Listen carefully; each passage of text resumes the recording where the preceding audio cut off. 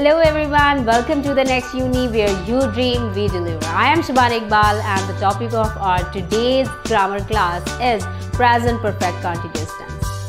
तो अगर बात करें present perfect continuous tense की उर्दू पहचान के बारे में, तो एक ऐसा काम जो माजी करीब में शुरू हुआ और मौजूदा हाल तक जारी है वक्त मुअय्यन के साथ, स्पेसिफिकेशन ऑफ द टाइम के साथ, जैसा कि वो 2 दिन से अपना काम कर रहा है, वो 2 घंटे से कपड़े धो रही है, वो एतवार से छुट्टी पर रहा है।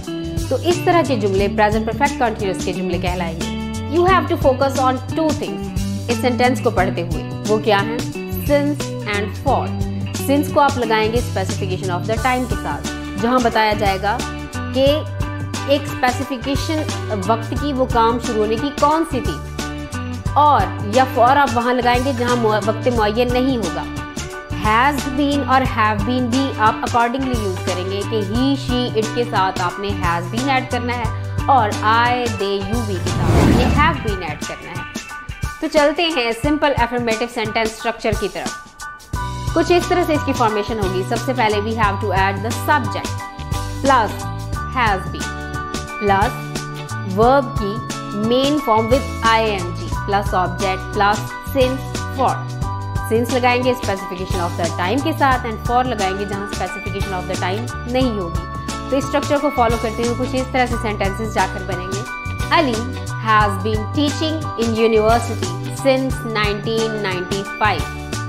यहाँ पर सिंस हमने ऐड किया है because specification of the time है कि 1995 से अली यूनिवर्सिटी में पढ़ा रहा है विद वर्ब की आईएनजी फॉर्म। बिकॉज आपको पता है कि परफेक्ट कंटिन्यूअस के जितने भी टेंसेस होंगे उन सब में आईएनजी फॉर्म ही ऐड होती है।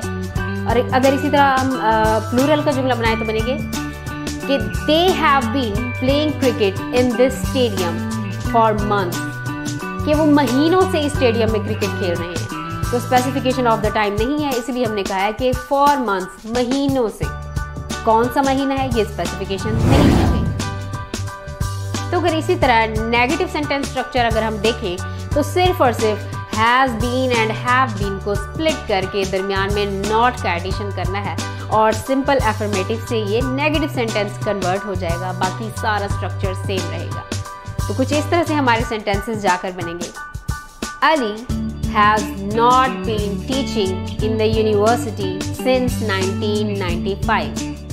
दे have not been playing cricket in the stadium for months। तो यहाँ पर जस्ट हैज़ और हैव बीन को स्प्लिट करके नॉट ऐड किया है, एफर्मेटिव से नेगेटिव बन गया हमारा स्ट्रक्चर। तो जैसे कि आपको पता है कि एक इंटेरोगेटिव सेंटेंस बनाने के लिए हम हमेशा हेल्पिंग वर्ब को स्टार्ट में लेकर आते हैं। तो यहाँ पर हमारा हेल्पिंग वर्ब जो कि है has, have been and have been, तो इनको स्प्लिट करके दरमियान में हम सब्जेक्ट ऐड कर देंगे। तो कैसे जाकर बनेगा सेंटेंस स्ट्रक्चर इंटेरोगेटिव सेंटेंस का? हैज़ अली बीन या हैव दे बीन। बाकी स्ट्रक्चर सेम रहेगा, वर्ब की आईएनजी फॉर्म के साथ, ऑब्जेक्ट के साथ, and most important at the end हमारा क्वेश्चन मार्क भी होगा with using since and for. तो अगर इंटेरोगेटिव का हम सेंटेंस स्ट्रक्चर देखें तो हमें पता है कि हमेशा हेल्पिंग वर्ब को स्टार्ट में लेकर आते हैं। तो यहाँ हमारे हेल्पिंग वर्ब जो हैं has been and have been, उनको स्टार्ट में तो लेकर आएंगे लेकिन स्प्लिट करके दरमियान में सब्जेक्ट ऐड कर देंगे। यानी अली एंड दे को हम हैव बीन के सेंटर में ऐड कर देंगे। बाकी का सेम स्ट्रक्चर रहेगा एफर्मेटिव की तरह। तो सेंटेंसेस कुछ इस तरह से जाकर बनेंगे। Has Ali been teaching in the university since 1995। Have they been playing cricket in the stadium for months. तो हमारी 4th टाइप ऑफ सेंटेंस की तरफ आए जो कि है इंटेरोगेटिव नेगेटिव सेंटेंस स्ट्रक्चर। तो उसका स्ट्रक्चर कुछ इस तरह से बनेगा कि एज यूजुअल हमारा जो हेल्पिंग वर्ब है स्टार्ट में आएगा जो कि है has been and have been.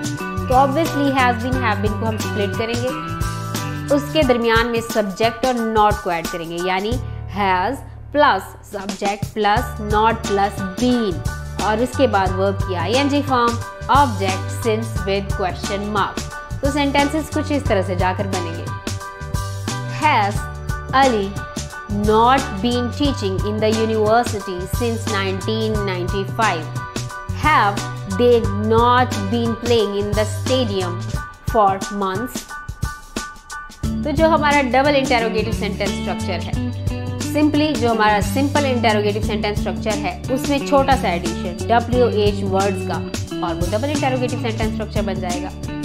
यानी WH plus has have plus subject plus P और उसके बाद वर्ब की ING form, object, since, for and question mark. तो सेंटेंसेस कैसे जाकर बनेंगे? Why has Ali been teaching in university since 1995? Why have they been playing cricket in this stadium for months? तो बढ़ते हैं हमारे लास्ट सेंटेंस स्ट्रक्चर की तरफ, जो कि है double interactive negative sentence structure. सिर्फ एक छोटी सी एडिशन करेंगे हमारे इंटरॉक्टिव नेगेटिव सेंटेंस स्ट्रक्चर में और वो double interactive negative sentence structure बन जाएगा, जो कि है adding the WH word in the start. तो स्ट्रक्चर कुछ इस तरह से जाकर बनेगा WH plus has have plus subject plus not plus been plus verb की ING form, object and question mark with since and for.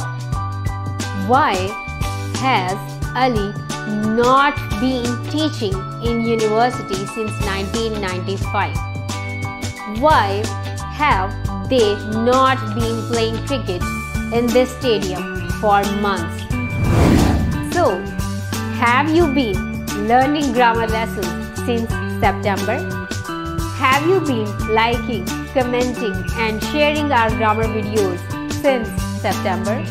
So thank you so much for being the part of our today's grammar class. Hope to see you in next grammar class about future indefinite tense. Thank you so much. Take care. Goodbye.